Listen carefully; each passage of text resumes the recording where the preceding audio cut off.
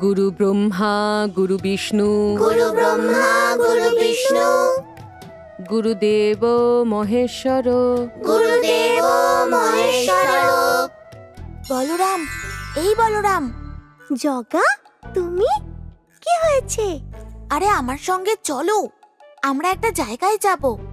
দেখতে পাচ্ছ না পড়াশুনো করছি, ছুটির পর যাচ্ছি। গুরু সাক্ষাৎ পরম ব্রহ্ম। গুরু সাক্ষাৎ পরম ব্রহ্ম। বলরাম, পিছন ঘুরে কি দেখছো? সামনের দিকে তাকাও বলছি। আচ্ছা গুরুমা। আবার বলো, গুরু সাক্ষাৎ পরম ব্রহ্ম। গুরু সাক্ষাৎ পরম ব্রহ্ম। আচ্ছা সখা, আমি অপেক্ষা করছি, ছুটি হলে চলে এসো। আচ্ছা আচ্ছা, তুমি যাও, আমি যাব। তস্मै শ্রী গুরুবে নমঃ। তস্मै শ্রী গুরুবে নমঃ। শোনো সখা, তাড়াতাড়ি এসো। হ্যাঁ আরে হ্যাঁ, তাড়াতাড়ি যাব, তুমি এবার যাও। আরে দেবজানি, বলরাম পিছন ঘুরে কার সঙ্গে কথা বলছে রে? কি জানি কার সঙ্গে কথা বলছে, কাউকেই তো দেখতে পাচ্ছি না। বাচ্চারা, আজ আমি তোমাদের এতটুকুই শেখালাম। এবার তোমরা নিজের নিজের বাড়ি ফিরে যাও। জগা, এবার বলো, কেন ডাকছিলে তুমি? শোনো না সখা, আজকে আমার খুব ছোলা খেতে ইচ্ছে করছে। শঙ্করের খেতে ভালো ছোলা হয়েছে, চলো ওখানে গিয়ে আমরা ছোলা খাবো। না না, আমি তোমার সাথে ওখানে যাব না। আগের বার কাঁঠাল খাওয়াবে বলে আমাকে ফাঁসিয়ে দিয়েছিলে, আর যাব না। বলরাম, পুরনো কথা ভুলে যাও। শোনো, এইবার তুমি আমার সঙ্গে চলো, আর কিচ্ছু হবে না। না, আমি যাব না। বলরাম, সত্যি তুমি আমার সঙ্গে যাবে না তো? আচ্ছা ঠিক আছে, তুমি দুঃখ পেও না, চলো যাব।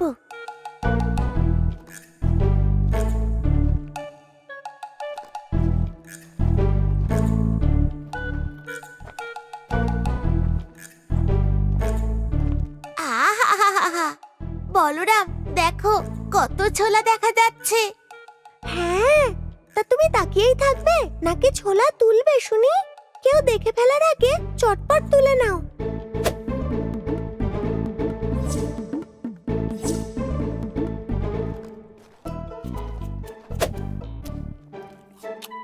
আহা, কি সুস্বাদু এই ছোলা। আরে বলরাম, তুমি ওইভাবে ওখানে কি দেখছো? কেউ আসছে কি না দেখছি। ওহো বলরাম, তুমি এত ব্যস্ত হচ্ছ কেন? কেউ আসবে না, তুমি এখানে এসো, আমার সঙ্গে বসে ছোলা খাও। নাও, আরে নাও, খেয়ে দেখো কি মিষ্টি। জগা, অনেক ছোলা খেলাম আমরা, চলো এবার বাড়ি ফিরি, নইলে মা আমায় খুঁজবে। আচ্ছা ঠিক আছে, চলো যাই।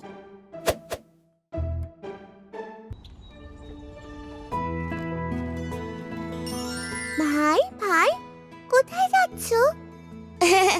আমি আমি একটু বাইরে ঘুরে আসছি। বাইরে ঘুরে আসছো মানে? কোথায় যাবে আমাকে তুমি বলবে না? আমি আমার সখা বলরামের সঙ্গে ছোলা খেতে যাচ্ছি। ভাই, তাহলে তুমি আসার সময় আমার জন্য ছোলা নিয়ে আসবে। আচ্ছা ঠিক আছে, নিয়ে আসবো।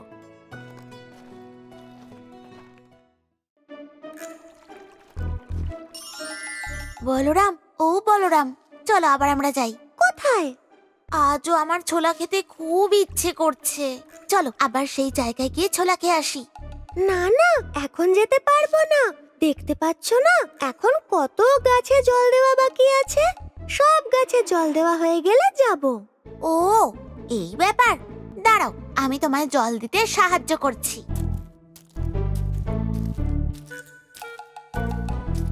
আরে কি, মাটির ভাঁড়গুলো শূন্যে ভাসছে। আমি কোনো স্বপ্ন দেখছি না তো? না তো, আমি তো সত্যিই দেখছি। দেবজানি দেবজানি, দেখো দেখো, বলরাম একটা হাঁড়ি ধরেছে আর বাকিগুলো শূন্যে ভাসছে। আরে হ্যাঁ তো, মাটির হাঁড়ি কি করে শূন্যে ভাসছে?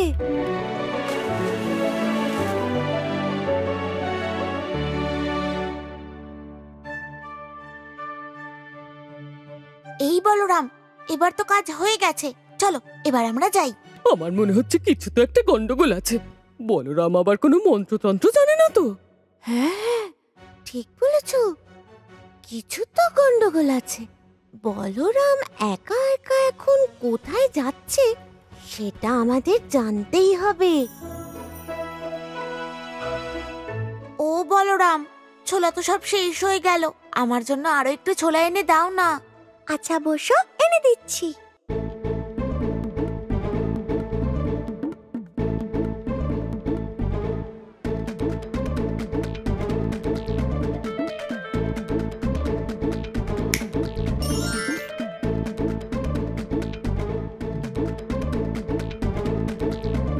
আবার শেষ হয়ে গেল, আরো একবার এনে দাও না।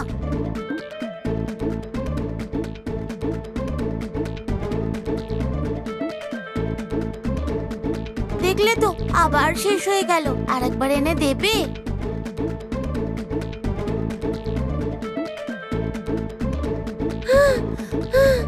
না, কে না?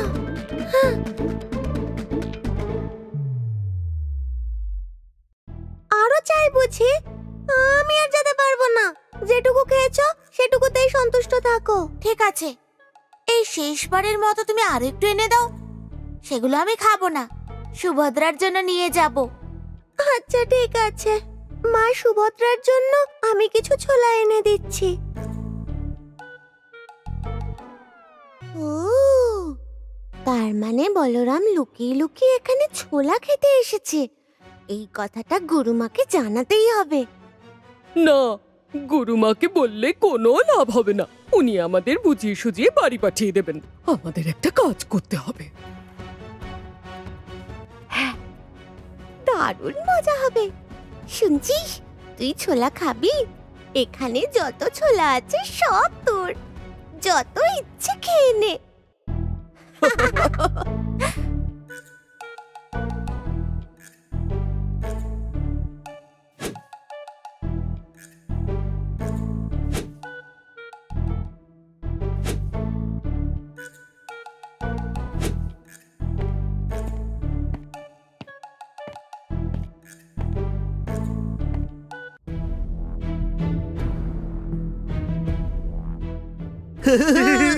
মাট্টু ভাই, আমরা অস্ত্র পেয়ে গেছি। এখন আমরা বলরামকে এমন শিক্ষা দেব যে ও আমাদের নাম কখনোই ভুলতে পারবে না, বুঝলে?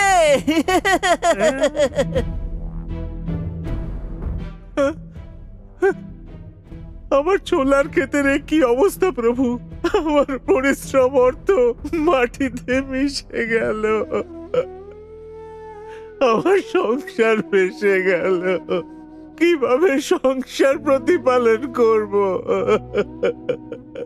আরে শঙ্কর, তুমি কাঁদছো কেন? হ্যাঁ, এসব কে করেছে আমরা জানি। কে করেছে? হ্যাঁ, এই সব কিছু দুষ্টু বলরাম করেছে। সেই তোমার ছোলার ক্ষেতের মধ্যে ঢুকে সবকিছু খেয়ে উপরে নষ্ট করে দিয়েছে। শোনো, আমরা এখন যা বলবো তাই যদি তুমি করো তাহলে তুমি তোমার ফসলের ক্ষতিপূরণ পাবে। হ্যাঁ, আমি করব। তোমরা বলো আমি কি করব?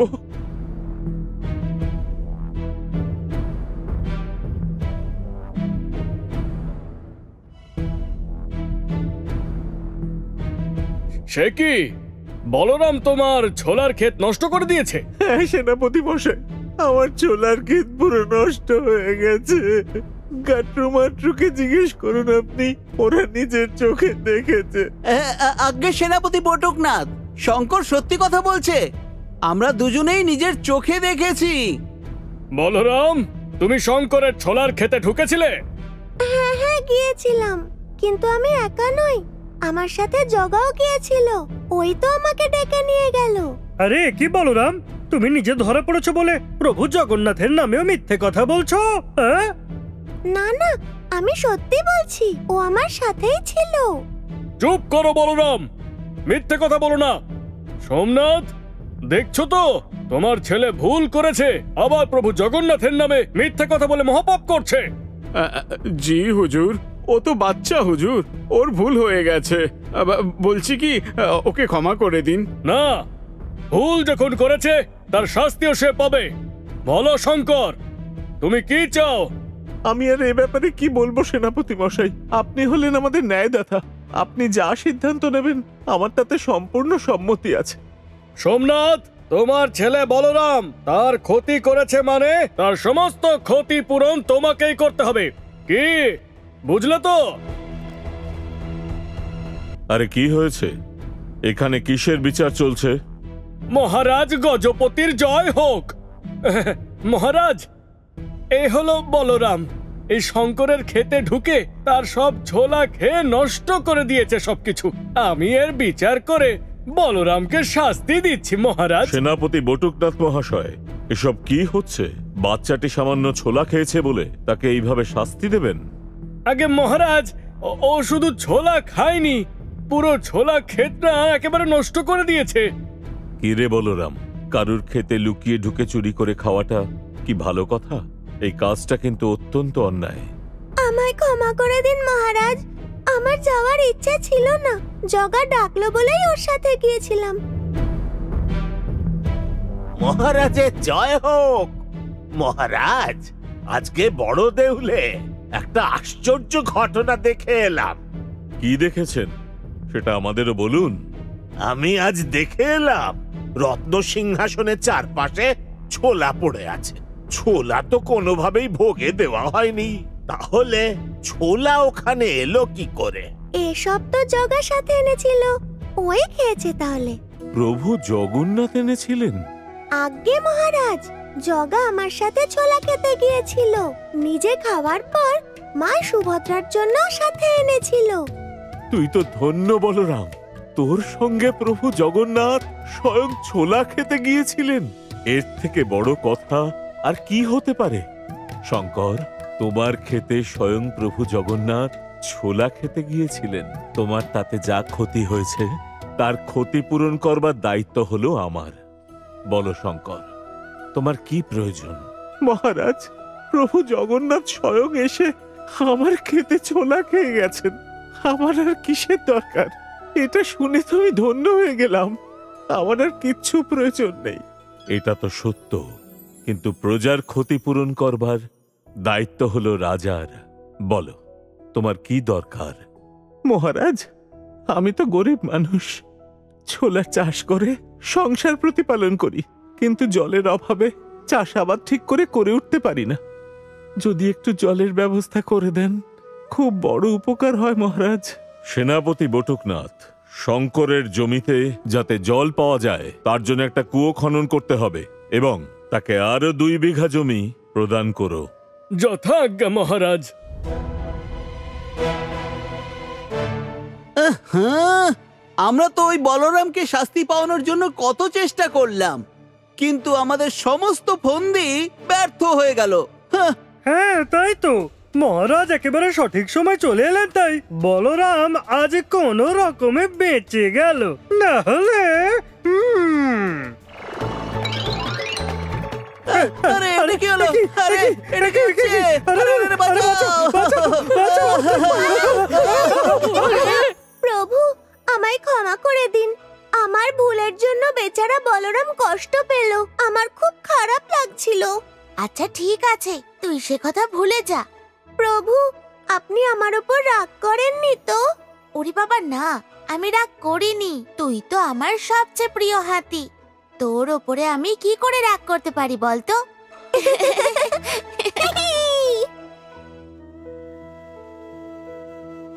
জগা, আমি তোমার সাথে কোথাও যাব না। এবারেও আমায় ফাঁসালে। এরকমটা কেন করলে বলো? বলরাম শোনো, ছোলা খাওয়া আমার একেবারেই প্রকৃত উদ্দেশ্য ছিল না। আমার প্রকৃত উদ্দেশ্য আমার ভক্ত শঙ্করের উপরে কৃপা করার ছিল। তার দুঃখ দূর করার জন্যই তো আমি এই সব কাজ করেছি। ও, এবার বুঝলাম। আচ্ছা, এই নাও, তুমি ছোলা খেতে চাইছিলে না? আমি বাড়ি থেকে কিছু ছোলা এনেছি।